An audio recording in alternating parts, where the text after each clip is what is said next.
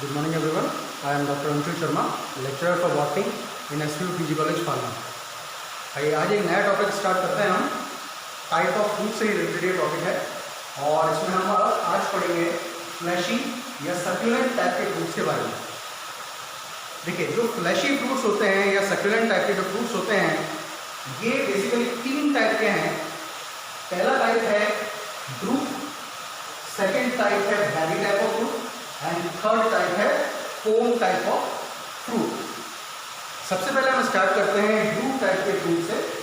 देखिए, drupe type का जो स्ट्रक्चर है वो बेसिकली कुछ ऐसा दिखाई देता है जिसमें बीच में इसका एक एंडोकार्प अवेलेबल है, उसके आसपास फ्लैशी या फाइब्रस कंडीशन के अंदर म्यूजोकार्प स्ट्रक्चर अवेलेबल होता है और इसके ऊपर एक कवर यानी स्किन के रूप में एपिकार्प की अवेलेबिलिटी होती है।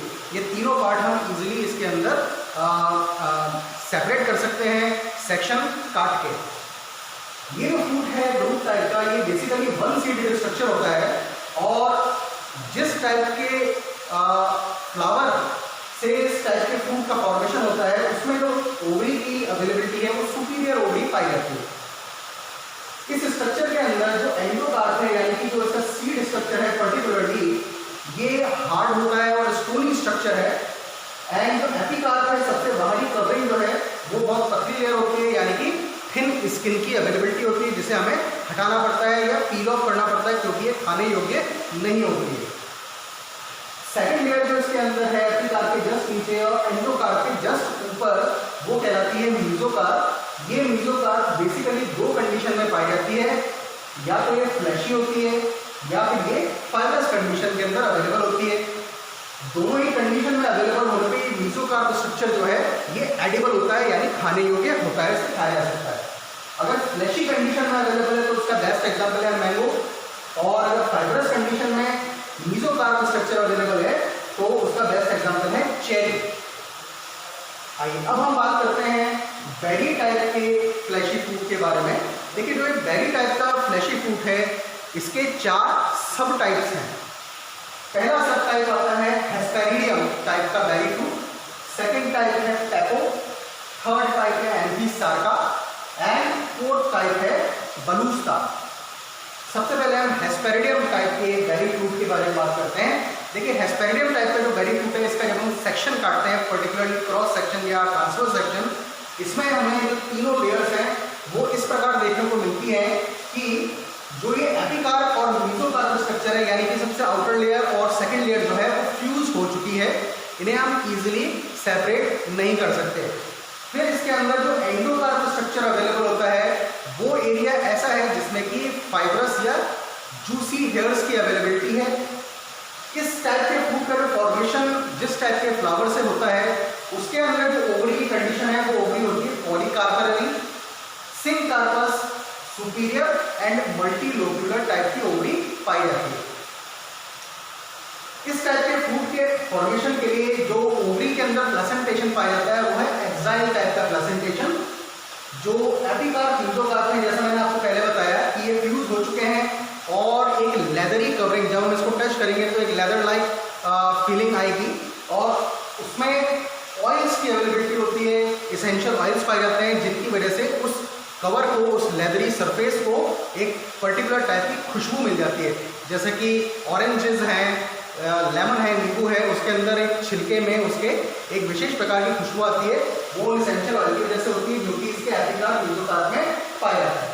जो एंडोकार्प है यानी इसका जो एडिबल एरिया है जिसे खाया जा सकता है यानी कि जो खाने योग्य है, उसके अंदर पार्टिशंस पाए जाते हैं जिन्हें सेप्टा कहा जाता है और ये सेप्टा, जितने सेप्टा हैं हम कह सकते हैं कि उतने ही कार्पल इसके अंदर अवेलेबल थे और इसमें जूसी एयर्स की अवेलेबिलिटी पाई जाती है। एग्जाम्पल के तौर पे हम कह सकते हैं इस टाइप के फ्रूट का ऑरेंज एंड लेमन।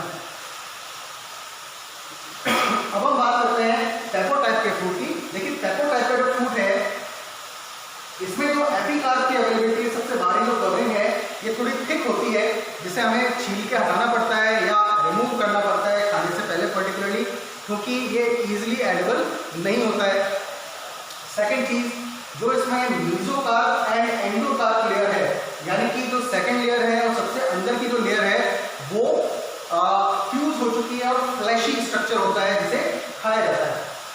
इस टाइप के फ्रूट के फॉर्मेशन के लिए फ्लावर के अंदर जो ओवरी का टाइप अवेलेबल है वो ओवरी होती है इंफीरियर टाइप की, यूनिलोक्यूलर ओवरी होती है और फॉल्सली ट्राइलोक्यूलर होती है, यानी कि हमें देखने में लगता है कि वहाँ पे 3 लोक्यूल्स की अवेलेबिलिटी है, जबकि रियलिटी में ऐसा नहीं होता है बॉटनी में।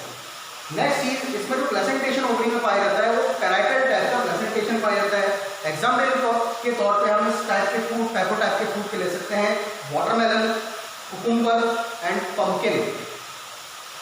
आइए अब हम बात करते हैं एमपी सारका टाइप के बेरी फ्रूट की बात करते हैं। देखिए एमपी सारका टाइप का जो बेरी फ्रूट है, इस टाइप के फ्रूट के फॉर्मेशन के लिए जो ओवरी की अवेलेबिलिटी है वो ओवरी पॉलीकार्पेलरी टाइप की ओवरी होती है, सिंक कार्पस स्ट्रक्चर है, वो मल्टीलोक्यूलर होता है एंड सुपीरियर पोजीशन में या सुपीरियर ओवरी पाई जाती है।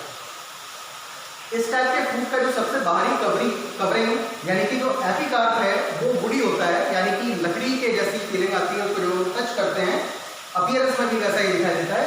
और जो प्लेसेंटा और इनर लेयर पाई जाती है पेरिकार्प के अंदर वो पल्पी होती है, यानी गूदेदार होती है और उसे इजीली खाया जा सकता है। इसके अंदर जो सीड्स की अवेलेबिलिटी होती है, बहुत सारे सीड्स पाए जाते हैं, सीड्स का साइज भी बड़ा होता है और सीड्स एक पर्टिकुलर फैशन में अवेलेबल नहीं होते हैं, ये स्कैटर्ड रहते हैं उस एरिया के अंदर, पल्प वाले एरिया के अंदर बिखरे हुए रहते हैं, स्कैटर्ड कंडीशन में अवेलेबल होते हैं।